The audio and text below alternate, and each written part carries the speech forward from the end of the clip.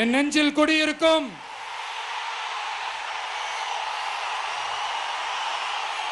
கொங்கு மண்டல தங்கங்களே, திருப்பூர் பகுதி மக்களே, உங்கள் அனைவருக்கும் என்னுடைய வணக்கம். டே ஆஃப்டர் டுமாரோ 16th அன்னைக்கு நம்மளுடைய தேர்தல் வாக்குறுதிகளை ஒரு புக்கா வெளியிடுறோம். அதுக்கு முன்னாடி இங்க சில பாயிண்ட்ஸை மட்டும் உங்களுக்கு படிச்சுட்டு போயிடுறேன். அதை மட்டும் கொஞ்சம் கவனமா கேளுங்க ப்ளீஸ் நண்பர்களே. ஓகே, ஆல் வெல் தேர், ஆல் வெல். பேசலாமா? கொஞ்சம் கொஞ்சம் அமைதியா இருங்க ப்ளீஸ். நெசவாளர்கள், சிறு குறு நடுத்தர தொழில்கள் மற்றும் விவசாயிகள் மற்றும் காவல்துறையினர் சம்பந்தமான நம்மளோட அஜெண்டா சிலதை உங்ககிட்ட நான் படிக்கிறேன்.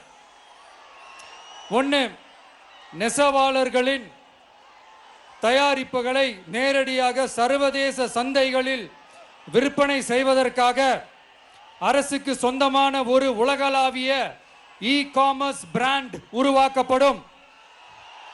மேலும் முக்கிய நகரங்களில் வெற்றி தறி விற்பனை நிலையங்கள், ஷோரூம்ஸ் அமைக்கப்படும்.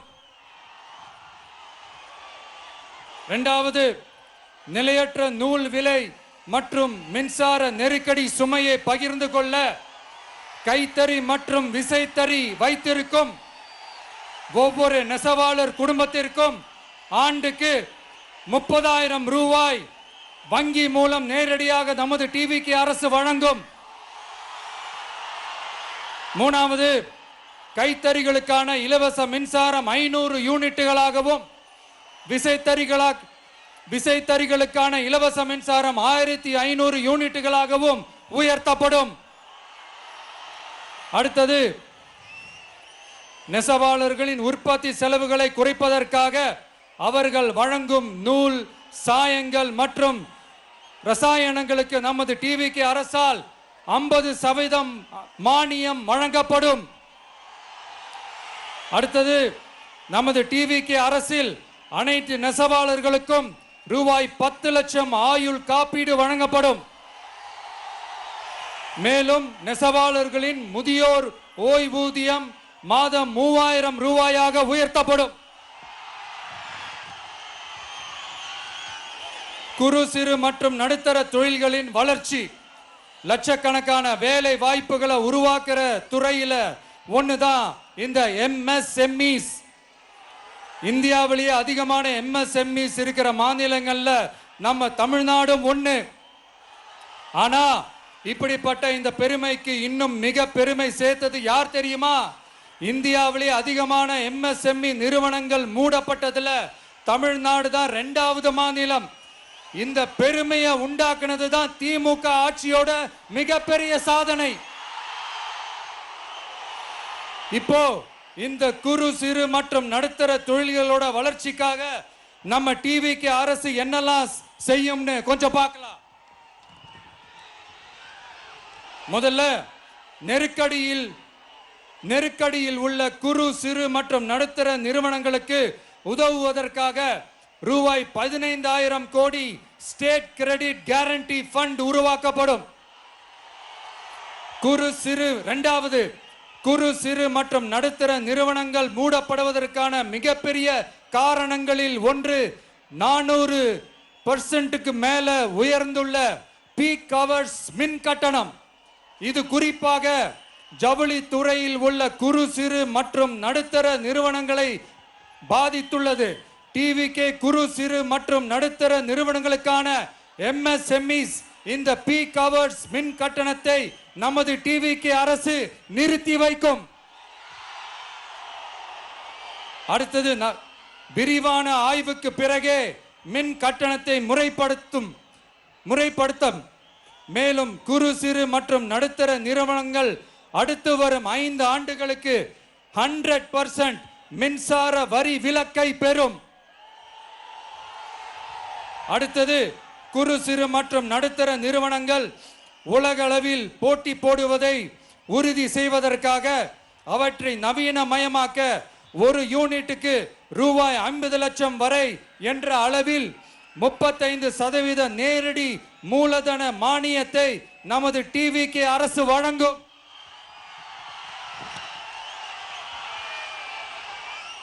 அடுத்து நம்ம எல்லாருக்கும் சோறு போடுற நம்ம தெய்வங்களான விவசாயிகளுக்கான அஜெண்டா கொஞ்சம் படிப்போமா? 5 ஏக்கருக்கு குறைவான நிலமுள்ள விவசாயிகளுக்கு வேளாண் கூட்டுறவு சங்கங்களில் வாங்கிய பயிர்க்கடன் முழுமையாக தள்ளுபடி செய்யப்படும். 5 ஏக்கருக்கு மேல் உள்ள விவசாயிகளுக்கு 50% தள்ளுபடி செய்யப்படும். அடுத்தது குறைந்தபட்ச ஆதரவு விலைக்கு எம்எஸ்பி சட்டப்பூர்வ உத்தரவாதம் வழங்கப்படும். நெல்லுக்கு ஒரு குவிண்டாலுக்கு 3500 ரூபாயும் கரும்புக்கு டன் ஒன்றுக்கு 4500 ரூபாயும் வழங்கப்படும். உழவர்களின் தோழன் திட்டத்தின்படி குத்தகை விவசாயிகள் மற்றும் விவசாய தொழிலாளர்களுக்கு ஒரு குடும்பத்திற்கு ஆண்டுக்கு ரூபாய் 10,000 ரூபாய் அவர்களின் நேரடி முதலீட்டு ஆதரவு தொகையாக வழங்கப்படும். 100% பயிர் காப்பீட்டு திட்டத்தின்படி பயிர் பாதுகாப்பு உறுதி செய்யப்படும்.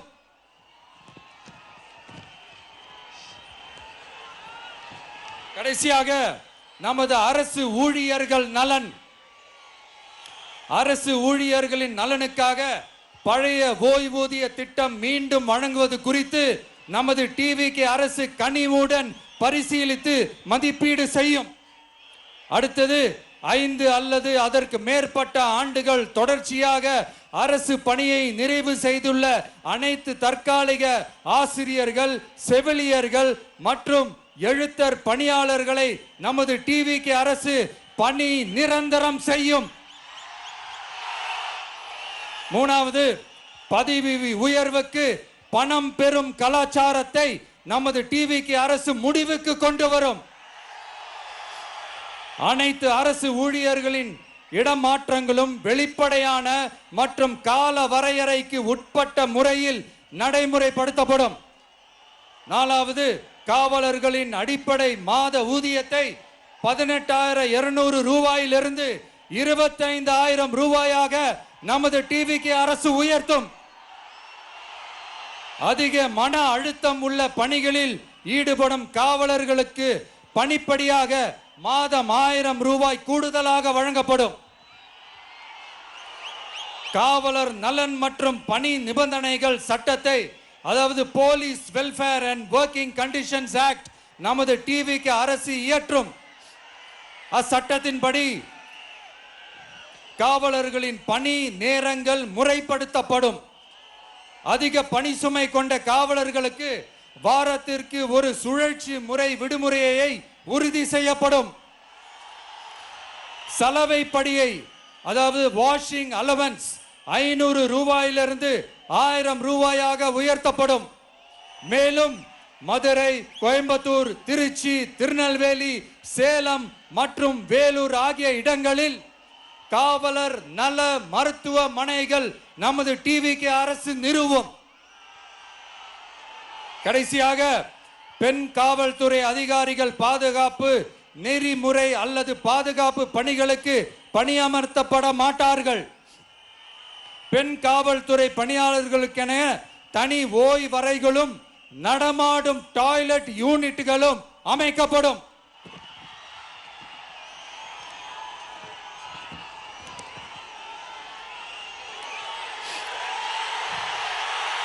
நீங்க எல்லாரும் இந்த விஜய 100% நம்பலாம்.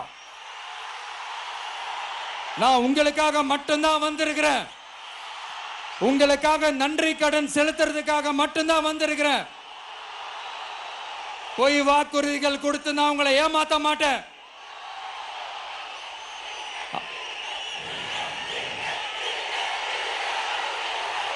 அதனால உங்க அண்ணனுக்கு, உங்க தம்பிக்கு, உங்க மகனுக்கு, உங்க பிள்ளைக்கு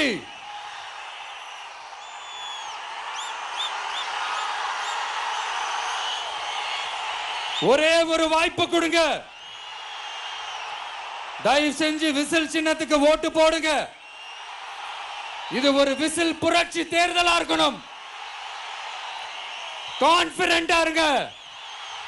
நல்லதே நடக்கும். வெற்றி நிச்சயம், வெற்றி நிச்சயம், வெற்றி நிச்சயம்.